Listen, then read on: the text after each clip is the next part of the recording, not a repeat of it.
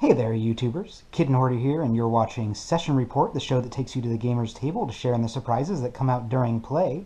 And today we're going to be playing Terraforming Mars, which is a game about making the planet Mars habitable to human life. Probably the most important, I guess, scientific mission of this century. And this is about sort of the race to do that from various different corporations and government agencies. And we're going to be playing the solo variant here. This is an official solo variant that comes in the box. And it's a very interesting solo variant because it doesn't quite feel like the multiplayer game. It feels like there's a lot of elements of the multiplayer game that are missing, but it's still a very challenging and kind of addictive solo variant. So let's get the game set up and we'll get started. Okay, so we've got the game mostly set up, but let me just explain to you a little bit what we're looking at. If you haven't played Terraforming Mars before, it's going to look a little confusing. So this is the board. It represents the Martian surface, specifically one region of Mars, and this is where we are going to be terraforming. Terraforming basically means changing the planet, in this case, in order to make it so that humans can live there. And the terraforming is going to take place in a number of different ways. But this is where we're going to be laying out tiles representing oceans and greenery and cities and other structures, perhaps. And I've got some tokens on the board, so I want to explain those. First of all, we have 9 ocean tiles. Now, the goal of the solo game is to complete all of the terraforming goals. And that means one thing, creating 9 oceans on Mars. The rulebook does a really good job of explaining scientifically why these 3 goals are chosen in order to make Mars habitable, or so the first step to making Mars habitable. But one of those goals is covering a certain percentage of the surface with liquid water. And so we're going to do that by creating oceans. Only specific cards will let us put down oceans, but we have these 9 oceans we have to get through before the end of the game. Another one of the goals is to raise the oxygen in the atmosphere from 0% as it starts out to 14%. So that's another track, and we start out with this marker on 0 to show that the oxygen at the start of the game in the atmosphere is 0%. And then finally, we have this marker here at negative 30 degrees Celsius to show that the global average temperature on Mars right now is negative 30 degrees. And in order to win the game, we have to get it all the way up to positive 8 degrees at the very least, because otherwise we're not going to be able to have reliably liquid oceans and liquid water in order to maintain the atmosphere that we need on Mars. So raising it from negative 30 to plus 8 is one of the goals that we need to achieve. Finally, we've got this third white marker here on the number 1 space, and this is the generation marker. So this game is going to take place over 14 generations for the solo game. In the multiplayer game, it takes place over any number of generations until one person completes all of the goals. But in the solo game, we only have 14 generations to do it. And each generation represents a certain amount of time in the terraforming process of Mars, roughly a generation, so maybe 10, 15 years. And it's also basically one round of the game. So it's going to start on 1 to represent this is the first generation, and after each generation we're going to receive new resources and things like that. But we're going to start here on 1. As I mentioned, after each generation, this is going to move forward. When it gets to 14, that's the final generation, as we can see from this word solo here on the board that represents that this is the goal for this solo game. Also, it's used for something else I'll explain in a second. So by the time this reaches the 14th generation, we have to have achieved all 3 of those terraforming goals. Beyond that, the goal of the game is to make the most points possible, but really, in the solo game, that is a secondary concern. Just achieving the 3 terraforming goals is a very difficult task. That's going to take a lot of practice and a lot of some luck and some ingenuity to reach. So we're not going to worry too much about the points, but we're going to mark our points with this little marker here, and this is a terraforming rating. Now, terraforming rating is two things in the game. It's your income every round, but it's also, or it affects your income every round, but it's also raw points. So your terraform rating at the end of the game gets added to various bonuses that you get, and that's your final score for the game. So the higher I can push this up the track, the better I'm going to be in terms of both getting things done every round, but also achieving a high score at the end of the game. How do I push this up? Well, I do that by achieving any of these three goals. Every time I achieve one of these three goals, I push up my terraform rating. And there's maybe a few effects in the game that can also affect that. Now let me explain some of these other markers you're going to see. So over here we have a lot of special projects. So various cards in the game are going to have me put these specific tiles out on the board, and this is just to show that that card has been used for that particular space is being used with the effect of that one card. We also have these more generic tiles. On one side they show greeneries, and these are going to increase the atmospheric oxygen on Mars, and the other side we show cities. Cities, in my experience, are used almost never in the solo game because they mainly exist to get you points, and points are a secondary concern in the solo game. But who knows, I might end up putting out a city or two.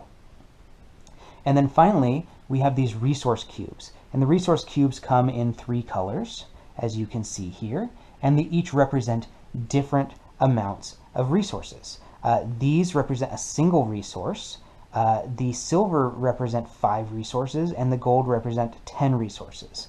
And they are generic resource cubes because we're going to put them on my player board here, and then whatever area of the player board they're on, they are that kind of resource. So it's very, very clever way to, I guess, minimize the components in the game, but make this very robust resource generation game really work. So for instance, the cubes on here would be mega credits, I think maybe, just credits. These are used to build things, to buy things. Steel, which is used mainly for buildings. You can use it to make buildings cheaper. This is, I believe it's titanium. This is used mainly to build things in space because titanium is a very good material for building things in space. Here we have plants, and I can spend 8 of these to put out a greenery tile, and that's one of the main ways I'm going to put out greenery over the course of the game, which, remember, is one of the main ways to move the oxygen up. This is energy, and energy serves multiple purposes. You can use energy with a lot of other cards, sort of combo it together to get various effects. So I might have some sort of a machine plant that can turn energy into some other use. But any unused energy you have at the end of every round turns into heat. And when you have 8 heat, you can use that to move the temperature up by 1 mark.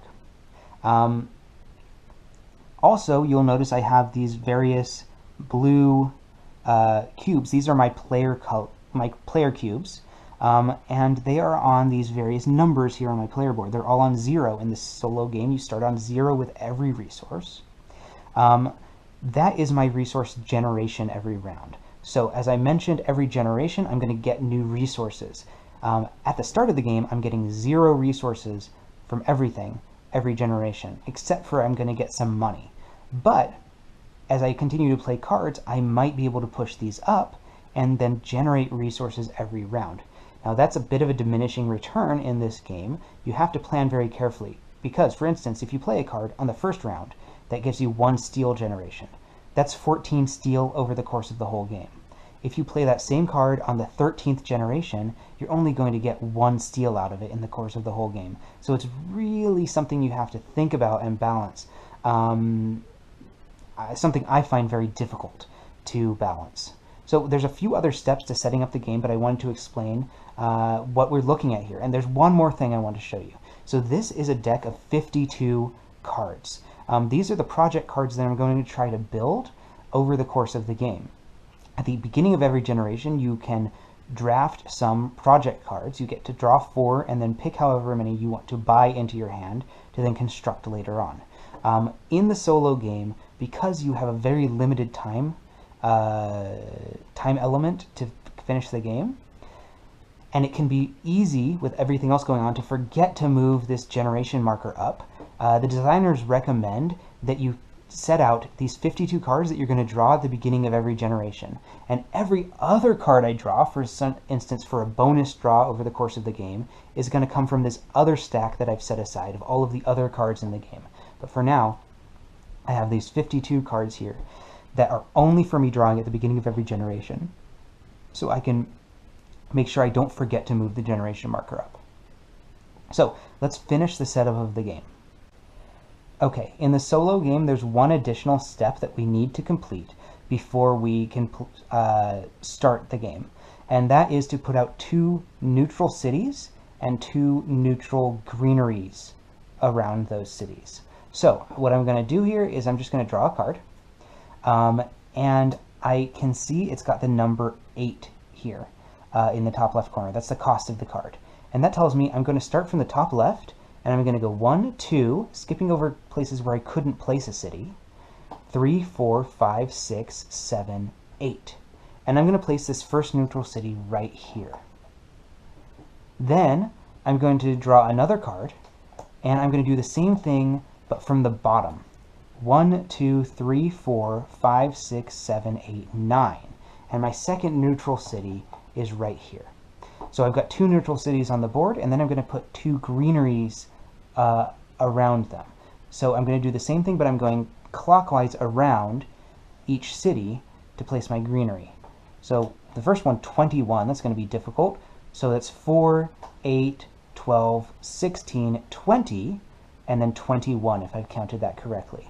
So we're going to put this first neutral greenery tile up here. And then finally, 4. Well, that one's easy. 1, 2, 3, 4. And this next neutral greenery tile is there. Now that's important because I cannot place in those locations, and also there's restrictions on where you can place your new cities.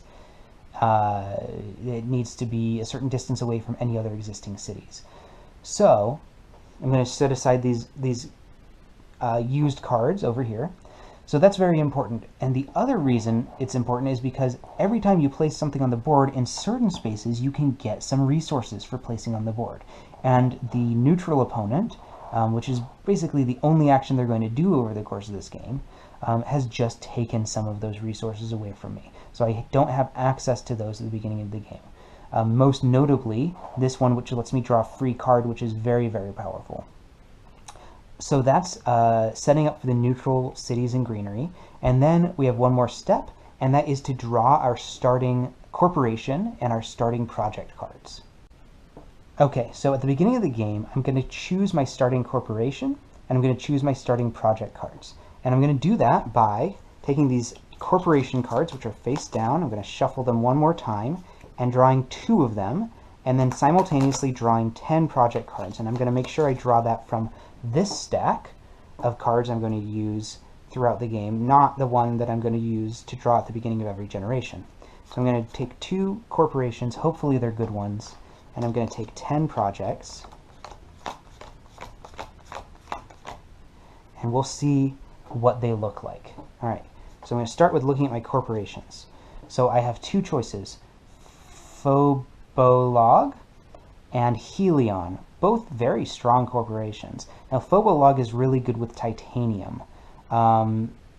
It makes my titanium more useful, and it also gives me 10 starting titanium, but not very much starting mega credits.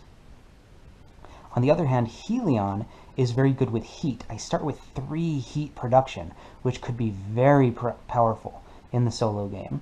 And I can use heat as mega credits, which is very powerful as well. I'm thinking that Helion would probably be the best corporation to start with from these 2.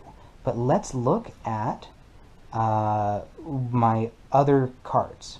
Okay, so this one might be a good one to start with. It basically reduces the cost of the next card I play. This is a power plant, so it's going to give me some energy generation. Bushes, which gives me some greenery, but I can only play it if it is at least negative 10 degrees. It is not negative 10 degrees, so it's going to be a while before I can play that. This, look at the top card and either buy it or discard it. That's pretty useful. That's like a repeatable action. I can do this action every turn. Gives me more choices for buying cards, which is really good. So I might want to hold on to that. This one I have to reduce energy and I get 3 mega credits. That's pretty good, but it's a very expensive card. This one, imported greenhouse gases, some heat, which is very, very good. Cloud seeding. This also looks pretty good, but I can only do it if there's at least 3 oceans on the board. Permafrost extraction, place an ocean tile, draw 2 cards, which is also very, very good. And virus, which is pretty useless in the solo game. Basically, the only use of the virus is to remove cards or remove resources from other players, which, why would I want that? So I'm going to take a look at these cards and decide what I want to keep. Every card that I keep, I have to pay for. So I have to be very careful that I'm actually going to play the cards that I decide to keep. Okay, so I've decided to stick with Helion because I know it's going to be a very easy, well, comparatively easier to use corporation for the solo game because it's focused on generating heat, and one of my goals has to do with heat. Also, I'm going to be able to use these heat resources very, what's the word? I guess very,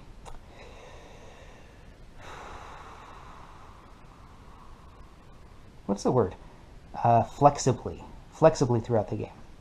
So I'm going to get rid of Phobolog, and also I'm going to get rid of the viruses, which of course I don't need. Domed Crater, which seems pretty good, but honestly, it's going to give me 3 mega credits production every turn, and that's pretty much the only benefit I'm going to get out of it. That's a real huge benefit. I think I am going to keep this research card because you can never have too many cards in the game. Although research, drawing 2 cards for 11 is not that great because each card costs 3. And then cloud seeding, I'm going to get rid of. I don't need the cloud seeding. Yeah, because by the time I get 3 oceans on the board, I don't think the 2 plant production is going to make a huge difference to me. So, I think I will get rid of the research as well. So I'm going to be keeping these cards. Indentured Workers, which is going to reduce the cost of a card for -1 point, but points I'm not really caring about right now. Power Plant, Imported Greenhouse Gases, Inventors Guild, Bushes, and Permafrost Extraction. I'm going to keep those. I'm going to get rid of these cards. And I'll just put these face down over here in my discard pile. So these are my starting cards, which means I would normally start with 3 heat production and 42 mega credits. But I'm going to take away 3, 6, 9, 12, 15, 18 mega credits out of that 42 for my starting resources. Because each project that I take in this point in the game or anytime at the beginning of a generation costs me 3 mega credits. Okay, so if I'm not mistaken, 42 minus 18 is going to be 24.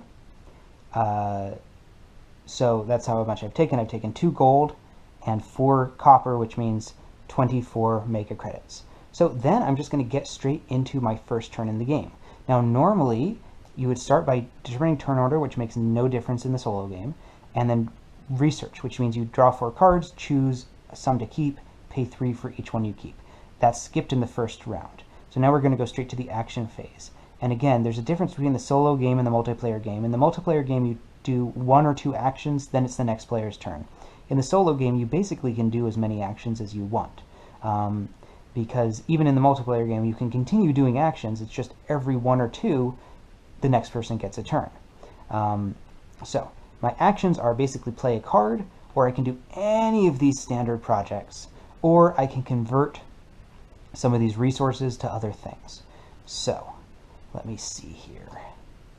Out of these cards that I'm starting with, I definitely want to put down this power plant and get some energy production right away. So So I'm going to pay 4, and I'm going to put down a power plant. And I'm just going to put it right here, and I'm going to start building a tableau here, because the only thing that really matters after I play this card is these icons on the top right. So I'm just going to put it over here for now, and then I'm going to put other cards that I play underneath it like that, so I can just continue seeing those icons. Alright, so I've got some energy production. What else can I do? I really would like to do this imported greenhouse gases. So that's going to cost me 7. I'll take this 10, and I'll get 3 in change. And that is going to increase my heat production by 1 more, and give me 3 heat immediately. And this is red, which means this is an event. As soon as I play the event, I put it face down. I think they're called events, I'm not really sure. I put it face down, and basically these icons don't matter anymore for this card, because it's no longer visible in the game. And let me see, is there anything else I can or want to do? Let me see. I kind of do want to get started with this Inventors Guild, but then the problem is I am basically out of money for the next round. The only money I'm going to get is this Terraforming rating of 14. So do I want to do that? I mean, I can always put down my indentured workers. I guess it doesn't really matter when I play this card, because it's just the next card costs 8 fewer.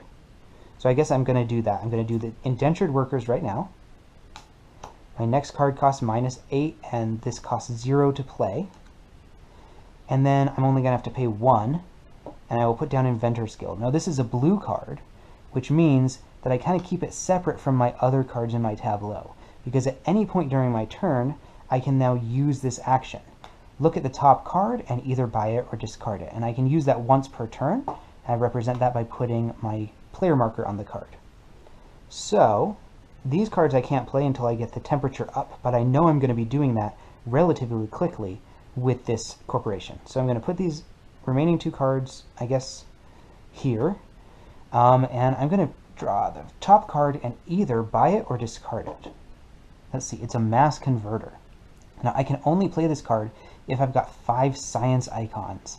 Right now I have 1 science icon, and it increases my energy production by 6 steps, which would be huge. But I don't have those science icons in my hand.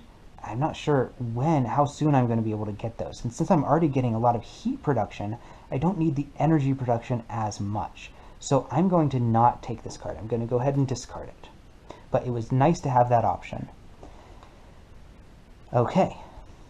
The reason I didn't take that card, by the way, just in case you've forgotten, is you need to spend 3 mega credits for every card that you take, or that you buy in that way. And I still have to pay the cost then to play the card. So I believe that ends my turn. So at the end of the round, we basically get the production phase.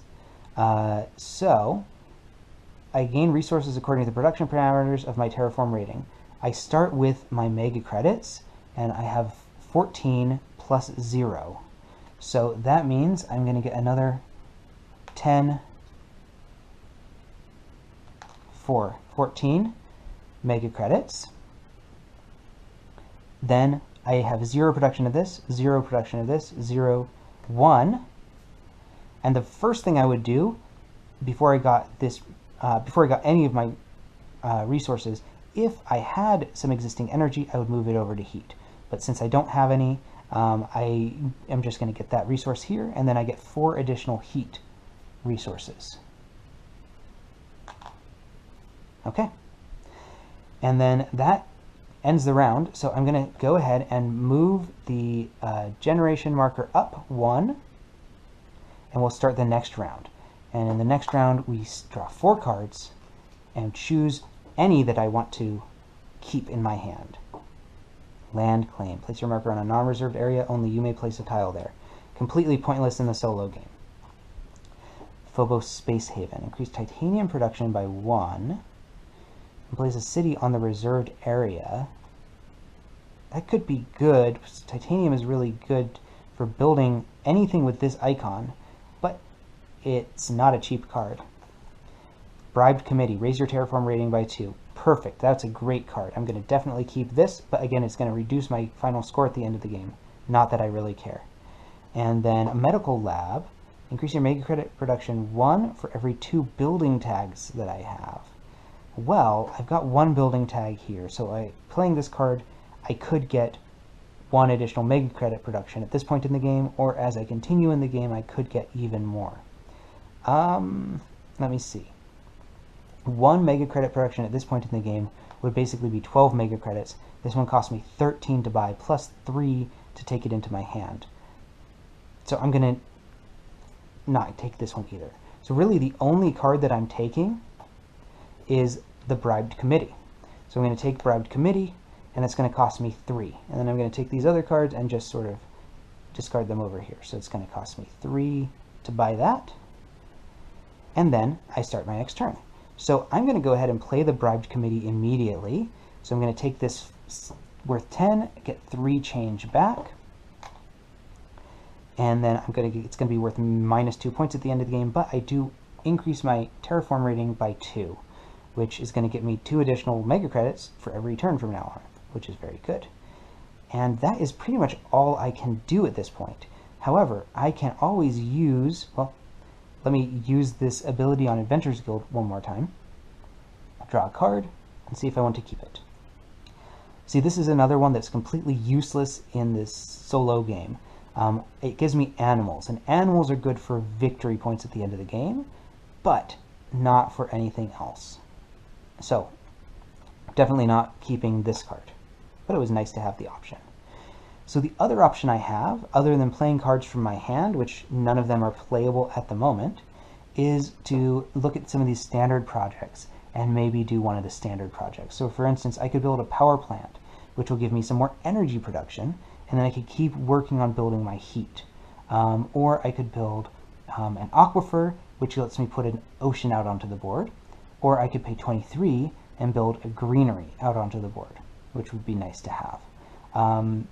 At this point, I'm thinking, see, I have 10. It looks like I have 16 to spend.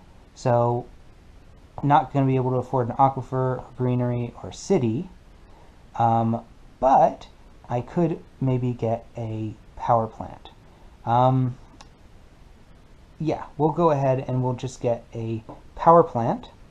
I mean, I could also throw down an asteroid, which would increase my temperature. Basically, you're crashing asteroids into the planet to create heat in order to increase the global temperature. But I'm already going to be able to produce temperature increases at pretty rapid rate. Whereas power plant gives me energy, which is a little bit more flexible.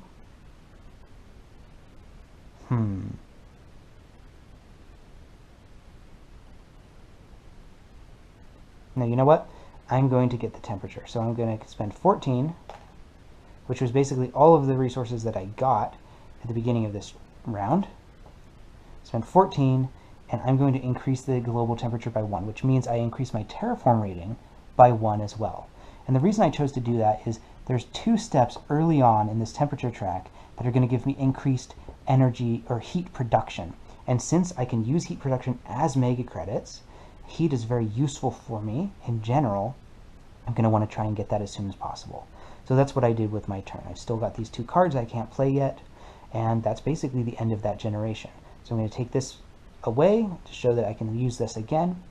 I'm going to get my production. So first I'm going to move this over, which means I now have the 8 heat that I need in order to increase temperature 1 more on the next round. Then I'm going to get my resources. So I have 17 Terraform rating, which means I'm going to get 10, 5, 17. 1 more energy, and then 4 more of the heat. I'll try and keep these a little separate because I know I'm pretty much going to be spending these at the beginning of next round to increase the global temperature. Then I'm going to move this generation marker up. I'm going to draw 4 more cards and choose which ones to keep, and that's basically the flow of the game.